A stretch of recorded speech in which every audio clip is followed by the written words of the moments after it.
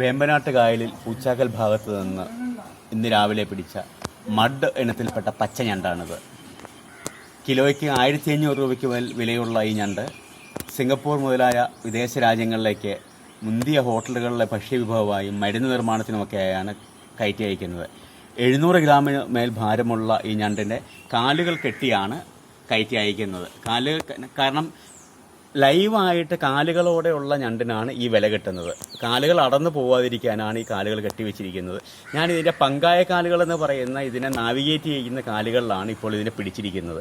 ഈ പങ്കായ കാലുകൾ പിടിച്ചാണ് ഇതിനെ കൈകാര്യം ചെയ്യാൻ പറ്റുള്ളൂ. ഈ കാലുകൾ അഴിച്ചു വിടുകയാണെങ്കിൽ ഇത് അതിശക്തമായ കത്രിക കൊണ്ട് മുറിക്കുന്ന പോലെ നമ്മളെ കടിക്കുകയും നല്ല മുറിവേൽക്കുകയും ചെയ്യും.